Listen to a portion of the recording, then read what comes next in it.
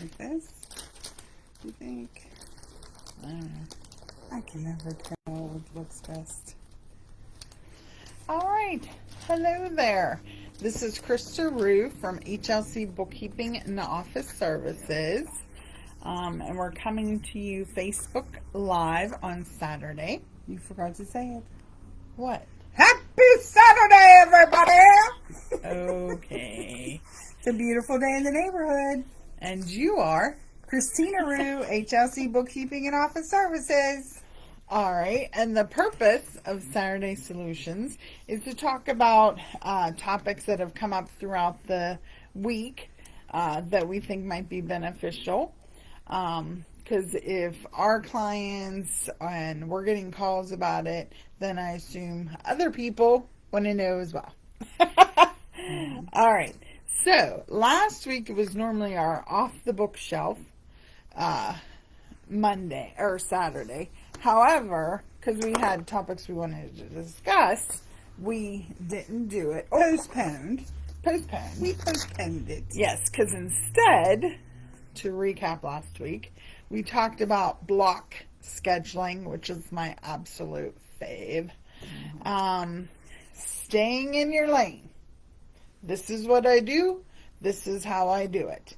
That's not to say you can't expand your knowledge and your lane at some point, but sometimes when you're in that learning process, don't jump the gun.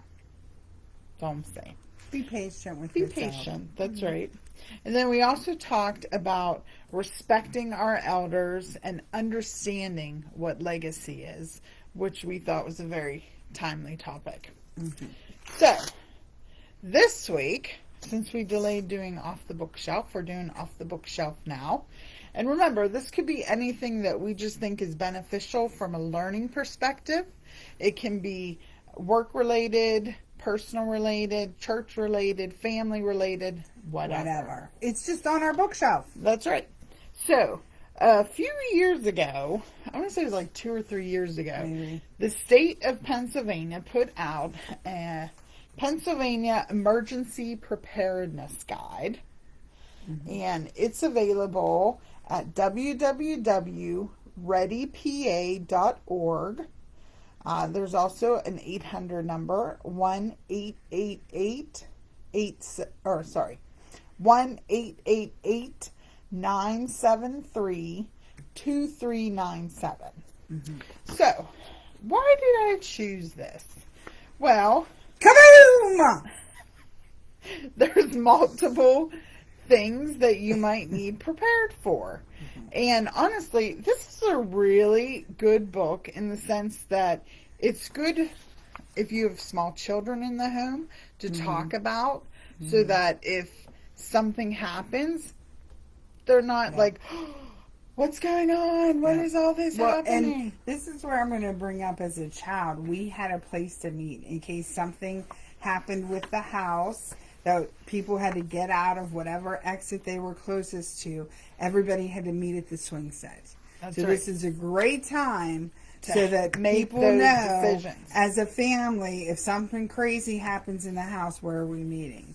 So, like, have your place for sure, because you don't, at that time, it's going to be confusing and upsetting, and you just want to make sure they have in their head, especially children, I'm going to the swing set, go to the swing set, go to the swing set. Right, because it should be far enough away that if, mm-hmm. God forbid, their house is in danger of collapsing, mm-hmm. they're far enough away that they're safe, mm-hmm. but not too far that they get lost on the way there. Correct. So we had a nice long yard. Mm-hmm. So, and the swing set was way up top. Mm-hmm. So that's why we always met at the swing set. And then one of the things our family does too is we have code words, which I know people are like, these people are crazy. But think about it. This world's a little crazy. It is. Mm-hmm. There's things you can't always anticipate. So you should have some sort of code word with your family that if you're talking on the phone or doing a Zoom and something happens, you say that code word, then that person on the other line is like, oh, there's something going on. I need to help. Correct. Whether it's calling the police, calling or just talking so they know someone else is observing, whatever. So just be smart, pay attention, situational awareness. Yep. We just had locally where somebody tried to carjack somebody else unsuccessfully, thank God. But, I mean, that was just 2 miles away. Right. You just never know. You don't. We're a happy little city, but, I mean, crazy stuff can happen. That's right. That's right. So that was up by the highway. Right. So again, situational awareness, I think that's what the military calls it. But you should have it in your everyday life. Because people, you can't be in that phone oblivious to what's going on. Like when you're driving in a car as a child, you should be paying attention because you're going to start driving at some point. You should be seeing what the rules of the road are. So it's not a big surprise when you get there at the age of 16. So and this is something I think we need to be disciplined about. That you have to start looking at our world, engaging our world, and discerning, is this a good place for me or not? Woohoo! Okay? Because do a whole I know! I could do a whole thing on that. Yeah. I really could. But this Pennsylvania gets you talking. It does. It gets you talking. As a family, as a company. You can role play situations so that if this happens, what does person A do? What does person B do? So because if you're training and you're aware, then things can go a little better because it's not a foreign topic that's happening. But this, I think, is really good for that reason, to start discussions, to talk about what can happen, what do you do if it happens, and you know me and my checklist. They give checklists. So that makes you happy. Yeah, it makes me so happy. So whether it's a vehicle emergency kit should include, a work emergency kit should include. If you have special needs children and you need to bug out, what is their medication in your bug out bag? Do you have this stuff ready to go? And do you keep multiple bags, one in a car, one in the house, because you don't know where you're going to be. And if you have multiple cars, does everybody have one in their car? And it's just basic stuff. Do you have 3 days supply of food? Do you have 3 days supply of medication? Pets. Pets. Yeah. What about your pets? Do you have food for them? So it's just a really, really good thing to start discussion. And it also gives you, by county, all the emergency, county numbers. So it's just a good little book, and I'm sure this has been updated since then. But start the discussion. Yeah, start the discussion. A good thing. That's right. Because you know me, I like to plan, and the more you plan, and it's not that you're planning for the worst case scenario. It's you're planning for the worst, hoping for the best, but you're prepared either way. Well. And I have, what do you call that? An analogy? Is that it? Something like that. With football season coming up. We're crazy football Pittsburgh Steelers fans. Yellow Fox. So Jayhawk. Yeah, Jayhawk fans, local high school. So basically, what we need to realize is the best defense is a great offense. Because then your defense doesn't have to be on the field. That's right. So if you are perceived as a rough target, not easy to deal with, that's great. Yeah, because remember, crime is opportunity. Correct. If you don't give people opportunity, there can be no crime. Yep. So, well, in most cases. Yeah. But you can't plan do for the best everything you can with what you got. That's it. That's it. So that was just, I don't know, for some reason that's just been on my mind all the time. So well, I'm glad you shared. So I'm like, I'm going to do it. Yes. All right. So the second thing we'd like to talk about is we always say, make sure you have a backup for this. Make sure you have a backup for this. Whether it's a computer backup, a person backup. They know how to do the duties you do. So along those... do. Okay.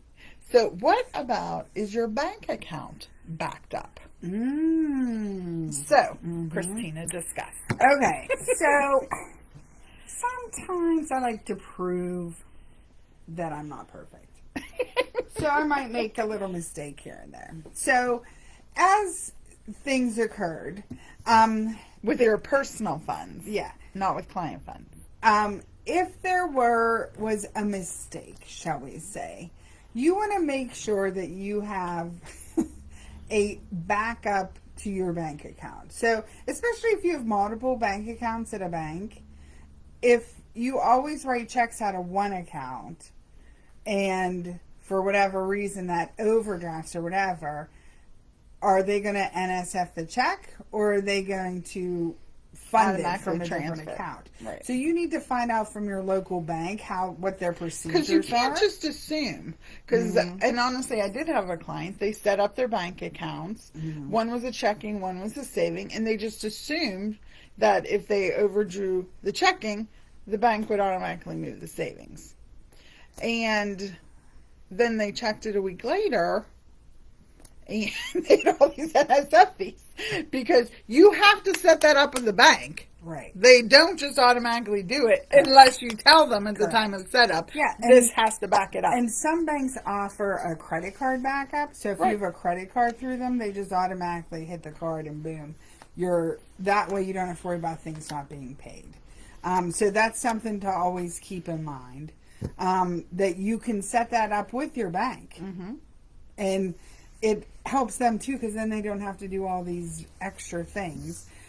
There's usually a fee though to do that transfer over, so be aware of that. But it's usually not as less than the NSF fee, right? And then you don't upset the people you're paying, your vendors. Right. Yeah, and also some banks as well. You can say, "Hey, text me when I have a low balance," so that I know. Oh, I need to put money in that account. Correct. Because a lot of people use Profit First by Michael Michalowicz. Which we talked about that off the shelf a couple weeks ago. Yes, and it's multiple bank accounts. And if you make a mistake... And you're figuring. When you're figuring, that can happen. So, just, does your bank account have a backup? Yep. And we have multiple bank accounts. So we always make sure, hey, this is the account. There's always money in case there's a problem. All right, so just try to think ahead. A word to the wise. Word to the wise. Because we're trying, again, to plan for the worst, hoping for the best. But this way, if something happens, you're covered. Right. Not a problem. All right, and then the third topic we'd like to discuss, which we may have touched on it before, but it's been a while. And we still argue about disagree. So we thought it would be a great idea to let you see us argue. I'm going to have to monitor myself. Yes, we'll have to clean it up. This is G rating. Yeah, okay. So, discounts. To discount or not. On your services, products, etc. Because there's many schools of thought. So, you can give the pros and I'll give the cons.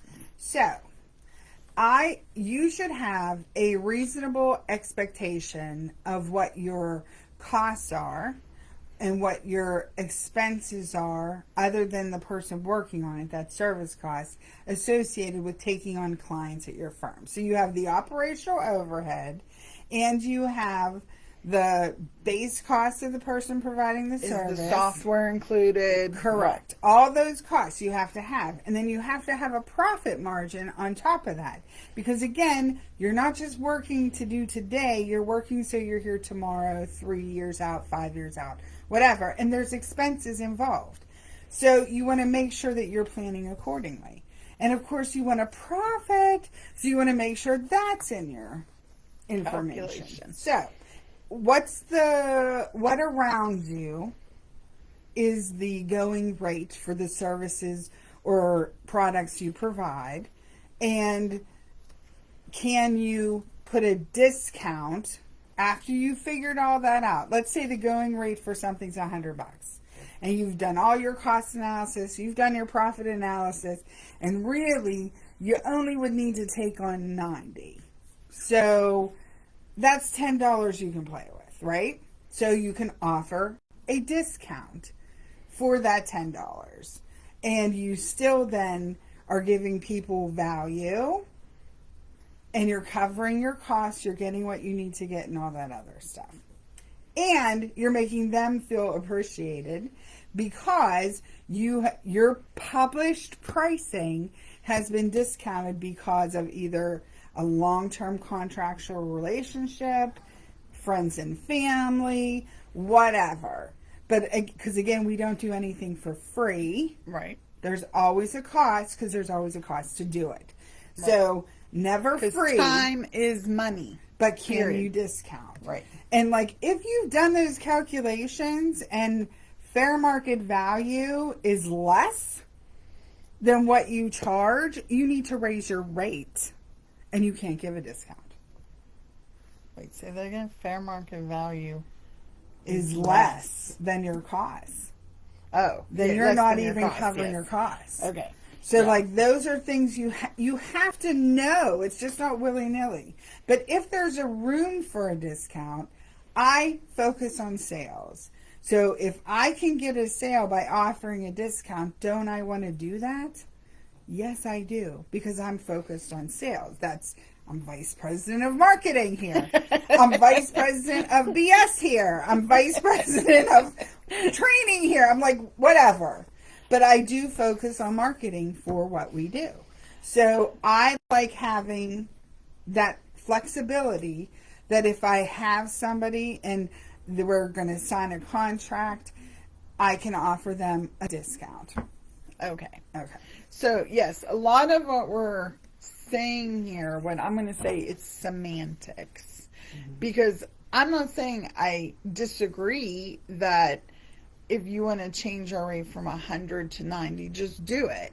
But I prefer that that's the negotiated price. And I don't want to see a discount. Because to me, discount feels like we're undervaluing ourselves and the services we do. And then on your financials, you see this huge number.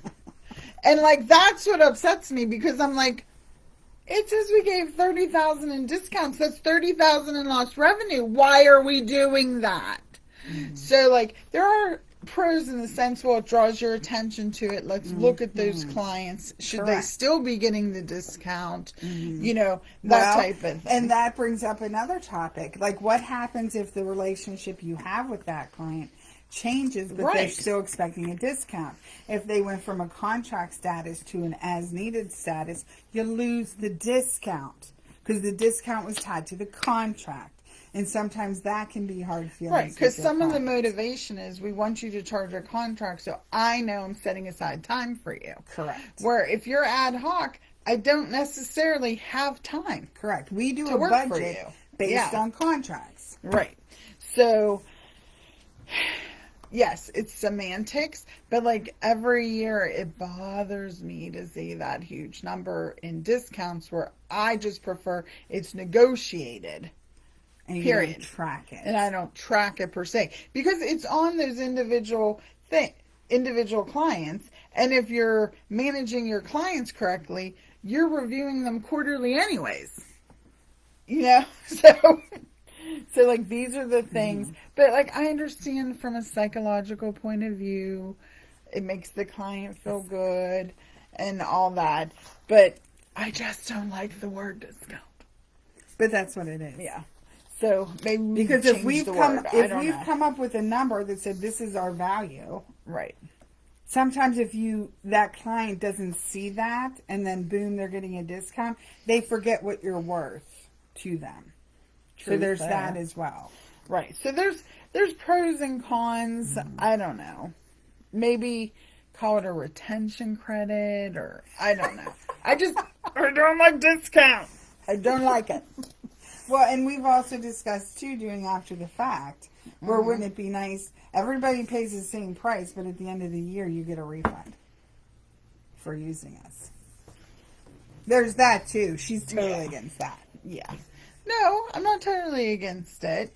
But, like, if I'm the client, why would I overpay you that I might get something? That does, to me, as a client, that wouldn't work for me. But, like, again, whatever. This is us doing a little role play exercise for you. Because in our normal discussions, there probably would have been some more aggressive language used. And then this is where we bring in partner number 3. And she listens to the pros, the cons, and says, well, I think we should do blank. And one of us goes, that's right. And the other one goes, It helps to have the triangle. it helps to have an odd number on a board. So there's always a decision. Correct. Because you want decisions to move your business forward. Correct. All right. Krista, look at that time. Oh, we were very chatty. So we have to go. We're over 20 We're minutes. over 20 minutes. I That's apologize. crazy. I apologize, but I'm passionate about that. All right. So, Christina Rue, HLC Bookkeeping and Office Services. Phone number 724-561-7460. Website www.hlcbookkeeping.com. and office at your HLC if you want to send an email. All right. So, we look forward to seeing you next week around 2 o'clock. Have a great weekend. Bye-bye. Bye-bye.